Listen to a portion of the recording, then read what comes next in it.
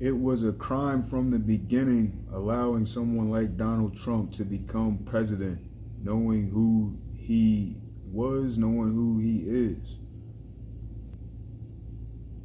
And knowing what he did, it would be a crime to allow him to run for office yet again in 2024.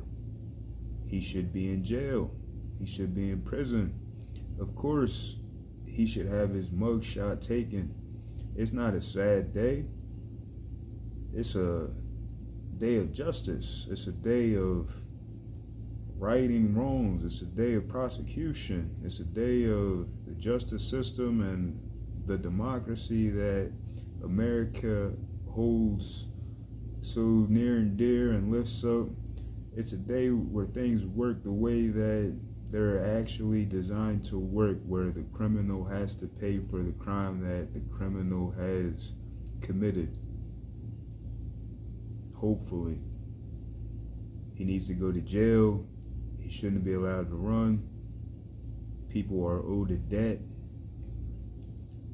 Justice. Reparation. This society deserves so much better. FindBlackArt.com, FBA. Find more information about me, FBA, a foundational Black American. FBA, Find Black Art, inspire Black greatness. Donald Trump inspired white people to kill. He inspired hateful, white, radical, reactionary criminals to murder. Donald Trump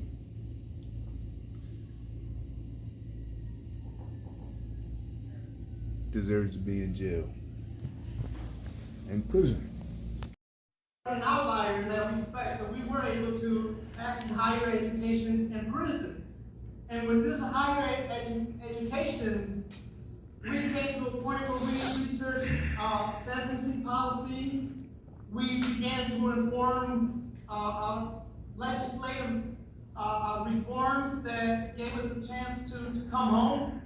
We wrote our own legislation. We became activists, scholar activists. We made ourselves stakeholders when no one else would view us and accept us as stakeholders.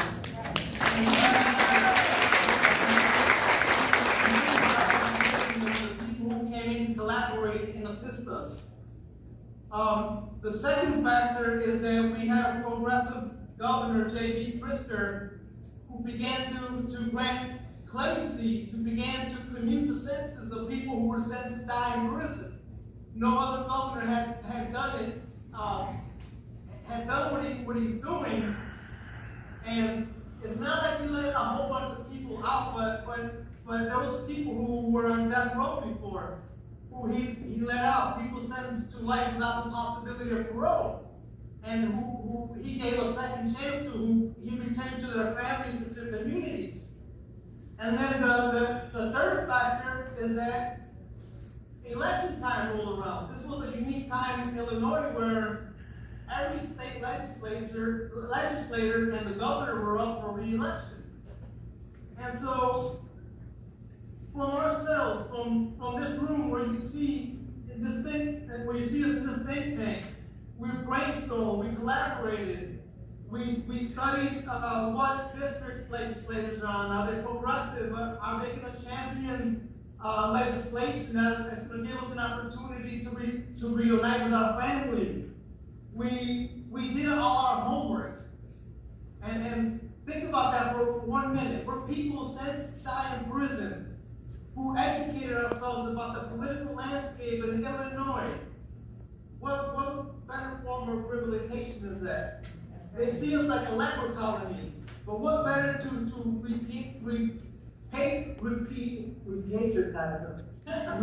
repatriatize us than to learn about the laws in our country, right? Yeah.